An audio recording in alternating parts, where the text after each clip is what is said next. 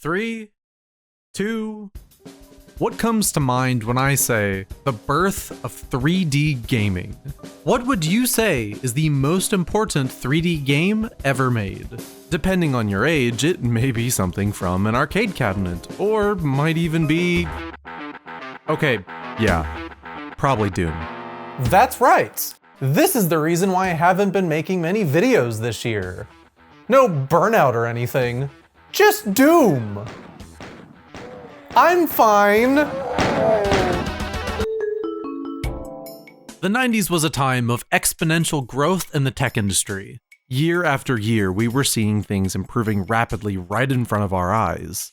Well, okay, not we, because I was born in 96, but let me sit at the cool kids table for just a second. I don't think anyone would argue that 90s kids aren't a lucrative demographic for nostalgia bait.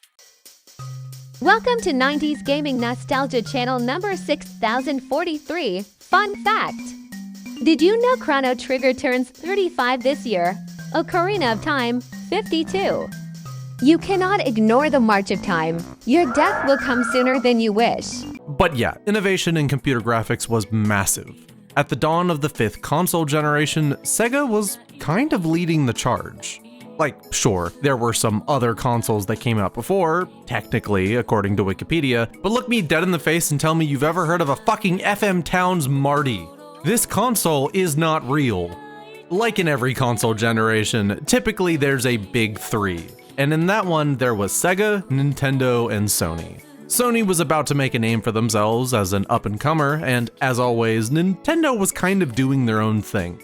Okay, so does anyone actually like the Nintendo 64? Like, the system in totality? On the other hand though, having a massive head start was Sega, whose arcade division was in the process of pioneering graphics.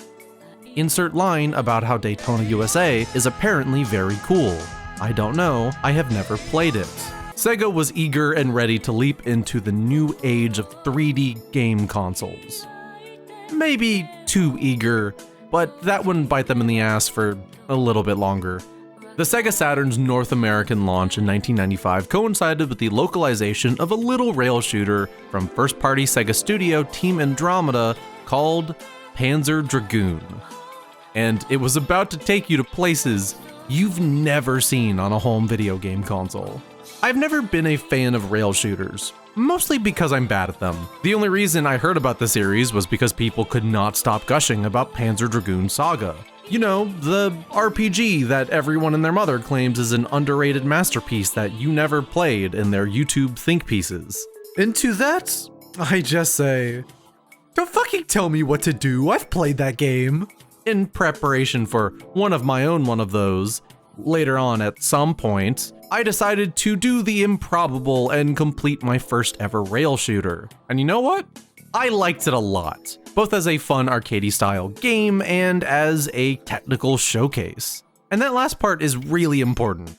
Here are my thoughts as someone who went into Panzer Dragoon looking for the artistry, the vibes, and most importantly, the sauce.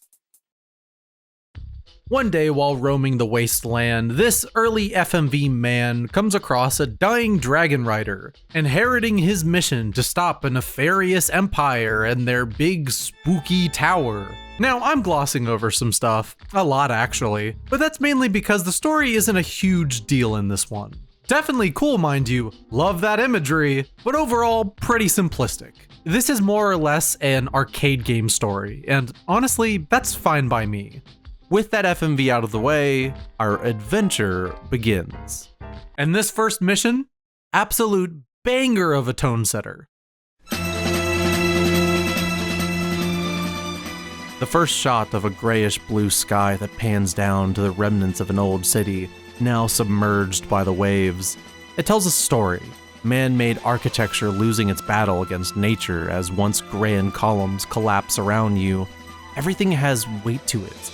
Like shooting down your enemies and watching the satisfying pixely effect when they splash into the water. There's something so serene about this stage. Both you and the player character being given zero context about the decrepit ruins you're flying through. This is the state of the world now. Any history faded with the tide. Whatever happened here was so long ago that modern generations would have no idea about the society that once thrived here. And the tone of the song accompanying the stage almost agrees, as if to say, let us not mourn the death of those that lived long ago, but instead celebrate the birth of this new world that rose from its ashes, and the tale you're about to write. It's exciting and triumphant, optimistic of where the future could go from here. But just as your hopes are at their highest, your scenic view is interrupted abruptly. An Imperial warship now looms overhead, serving as Panzer Dragoon's first boss. This is how each of the 6 levels play out, with a linear rail shooter level and a boss. It's the War Greymon fight. Yay. Flying your dragon isn't very complicated. You can move and you can shoot. You can either mash the shoot button or hold it to let you target multiple enemies and fire a tracking beam. And let me just say, oh, satisfying every single time. Mash the move button like your life depends on it, and you can even pull off a subtle little dodge. See, it's that right there. That a dodge? Does that have iframes? Am I getting gaslit? Doesn't matter, master it. Every level was crafted to be seen from all angles, you know, to flex the whole 3D thing. This gave the level designers a chance to throw all kinds of bullshit at you from every direction. With each level, you'll get closer and closer to the Empire's tower, with enemies getting more aggressive the further you get, as the world around you slowly becomes more industrialized. The Empire very clearly trying to rebuild the old, doomed world. There's this dichotomy hinted at between nature and humanity, mostly told through its environmental progression, that made this world you go through so fast feel really compelling. World building in a rail shooter that goes crazy. I'll be glazing this game's visuals for the entire runtime, but trust me, it's deserved. Put yourself in the shoes of someone from 1995. This is one of the first 3D console games ever, and designed by young developers on unfamiliar hardware. That intersection between young ambition and Sega being known to support its developers and working with their own hardware gave way to some really impressive visual feats. Now let's take a look at some other 3D games released in 1995, just for comparison. There aren't any, they don't exist. Okay, yeah, Daytona, but like, what else is there? Virtua Fighter? Virtua L-Boy? The developers' efforts were put towards creating a tangible place, but one you really only see in passing. It's like going on a road trip and speeding past town after town, only noticing them in your rear view mirror. What could life be like here? For the animals, the people, how does this little micro-society function? But before you can dwell too long on that, it's gone, disappearing behind you. And you'll never get a chance to really find out what this place's deal was. Except for this fucking forest. You'll know this level better than that one grandma's house. You know, the one the family keeps trying to go to for Christmas, even though no one really likes her. This is the Dark Souls of rail shooter levels. And grandmothers. Nothing like Panzer Dragoon had ever been seen up to this point, and a lot of that was thanks to the fantastic art direction. The primary inspiration was French comic artist Mobius. One best not make assumptions like that though. You'd have to be well informed in that subject matter, and approximately 10 hours later. I am, as I have seen all of Mobius's lithography. I can say, without a doubt, yeah, those look similar. Seriously though, the guy did the box art, so you know Sega had no qualms digging into that big ol' arcade bucks stuffed wallet to fund this game. It's got some money put into it. For such an early 3D game, it adapts its concept art well, especially when played in original resolution and not up-resed via emulation. I've been playing this game on an actual Sega Saturn, and this is my ideal way to play Panzer Dragoon. I'm using a RetroTink to upscale the image to 1440p, because just, oh, these pixels are so crunchy. To make it clear, I'm not an anti-emulation freak.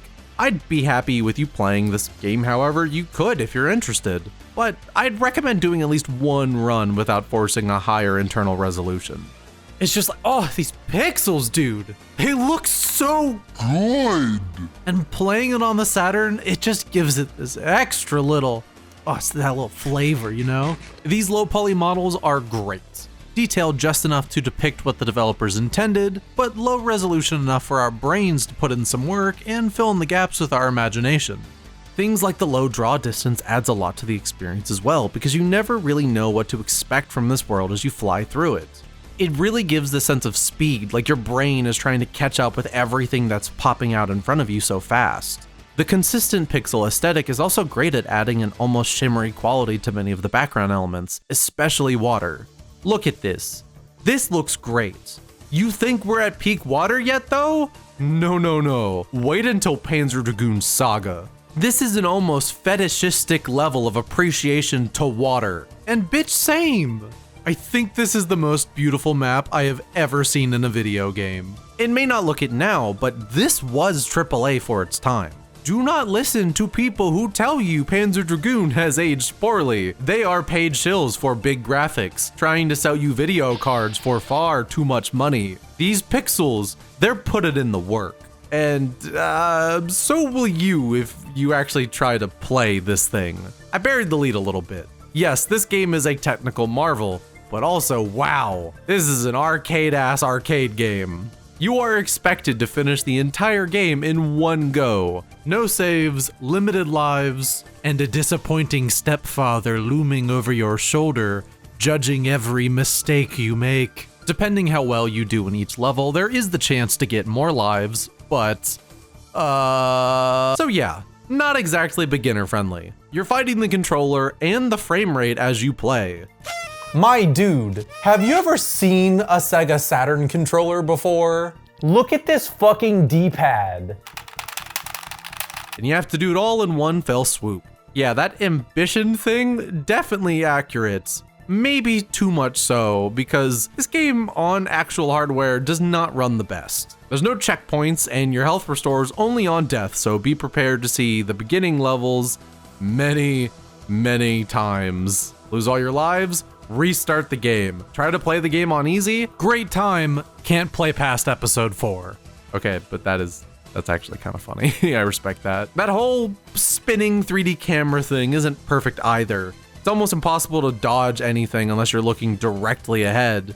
And remember, the game will keep throwing bullshit after bullshit at you, and you're going to want to reserve all of your health for bosses. So you need to make it through the actual stages with as little damage as possible.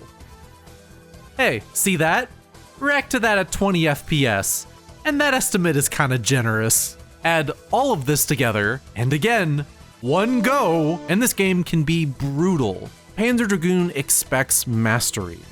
Or for you to learn the stage select cheat code, which, oh, what is that on screen? Uh-oh. It demands a lot from its players, maybe too much. I was admittedly fed up with it for much of my playtime and had to put the game down for days at a time, even with access to the stage select.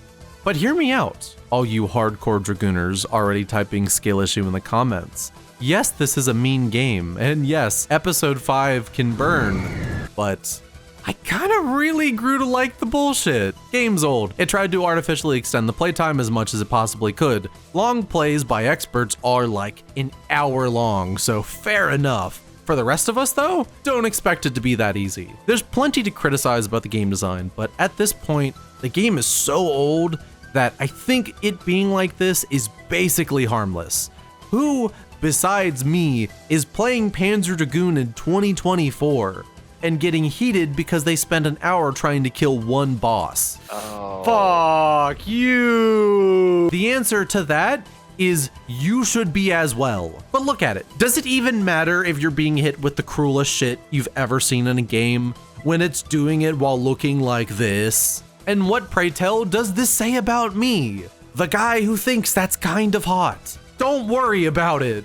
It being hard doesn't bother me in hindsight, and the further I got away from the game, the less I really grew to care about that pure evil hiding beneath the cool dragon whimsy. The gameplay loop really does make you feel like you're slowly mastering the controls, and makes each of its 6 levels lodge themselves in your memory. And remember, Panzer Dragoon is a very simple game. so it compensates for not having much going on by being difficult. And that kind of really works. You'll find yourselves memorizing enemy formations and the perfect time to dodge, and man, the sense of triumph when you actually beat one of the later levels, it feels unreal. Oh my god, I did it! All the while, the soundtrack scores the journey with a wistful and otherworldly sense of urgency to keep your motivation high. The chosen genre was a blessing in disguise for composer Yoshitaka Azuma. The linear stages allowed them to match the music up perfectly. When you're really getting immersed in the motions of your flying and shooting, Panzer Dragoon becomes a playable soundtrack, like a before its time Sayonara Wild Hearts. For dragon fuckers, don't believe me? Too bad! Delicious and Dungeon Meshi creator Ryoko Kui agrees with me. Do you have a similar monster fascination as Laios? What was the first monster to capture your imagination? So, I love monsters, but not at the level of Laios. But, as a kid, I played the game Panzer Dragoon and was attracted to the dragon that the protagonist of the first Panzer Dragoon rides. I found it really cool. Connotation of the word attracted be damned. This is some queen shit. The Saturn sound card. I love this thing. Some of these songs sound real dirty, non-pejorative. Panzer Dragoon music just feels so right on this sound chip. I don't know shit about music theory, but these notes, they got me kneeling from the twang. And these boss fights, oh, they got some twangy ass music, but nothing gets twangier than the final boss theme. Oh my god. Dude, this whole fight, this had me on edge. You see this guy? Are you gonna tell me this isn't one of the top 5 final boss designs of all time? It's fucking amazing. It's so menacing. The climactic showdown, backdropped by a dark sky and an endless ocean. All of the sudden, the only thing that matters is this one fight. And it's gonna put you through the ringer and make you earn victory. How many kids do you think cried back in the day losing their last life to this thing? Comment below if that was you. I wanna feed on your misery. It tastes so good. But after you manage to get your victory, the Empire has been defeated. Our rider and dragon go their separate ways. And as if the developers felt the need to flex one last time, you get this sick concept art with its beautiful pixel quality.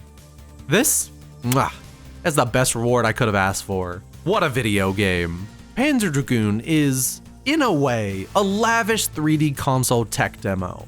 And despite how impressive it is for being one of the first 3D console games, on a company's first ever 3D console, ambition and scope don't entirely match up. If they could have done more, they probably would have. And they did. Panzer Dragoon 2 improves on the original in every way. More mechanics, branching paths and levels, a save system, better performance, and get this, widescreen support. In 1996! The Sega Saturn was so fucking cool, man. If you know of any other Sega Saturn games with widescreen support, please let me know, genuinely. The only other one I know of is Baroque, and that game's also fucking awesome. This does put the first game in an awkward position though. Take away the difficulty, and you're left with a simple rail shooter with cool locales.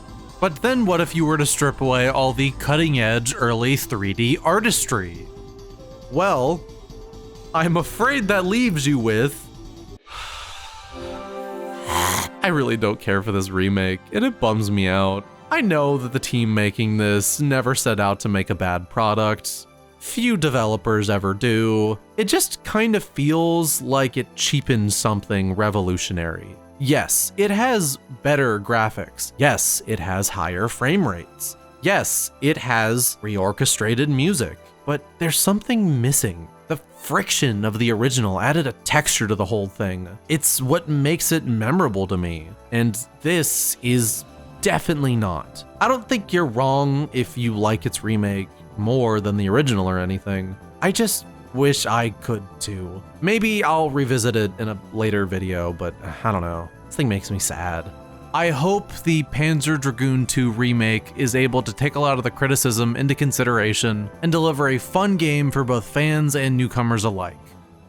Genuinely. Panzer Dragoon is like a beautiful woman who's mean to you. And I like it when she's mean to me. That's real hot girl shit. Don't psychoanalyze that. In conclusion, is Panzer Dragoon the most important 3D game ever made? Fuck if I know. I had plenty of complaints about its bullshit difficulty. Yes, your reward for making it to the end of this video is the knowledge that I skipped episode 5's boss. Fuck that bullshit. But its difficulty makes this simple game a truly memorable one.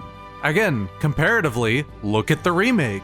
What's your problem? She was better when she was mean. How do you Breakfast Club Panzer Dragoon? This set a tremendously high bar for any other rail shooters I'll play. The developers did more than tread lightly on a new console. They broke new ground, showing the true capability of 3D console gaming. And they were far from done. With the world established, the technology fully understood, and the experience gained, the sky was the limit for Team Andromeda.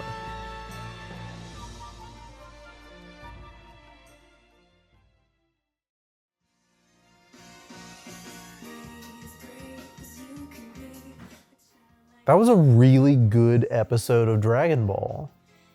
But that's kind of like saying wet water. Welcome to the outro.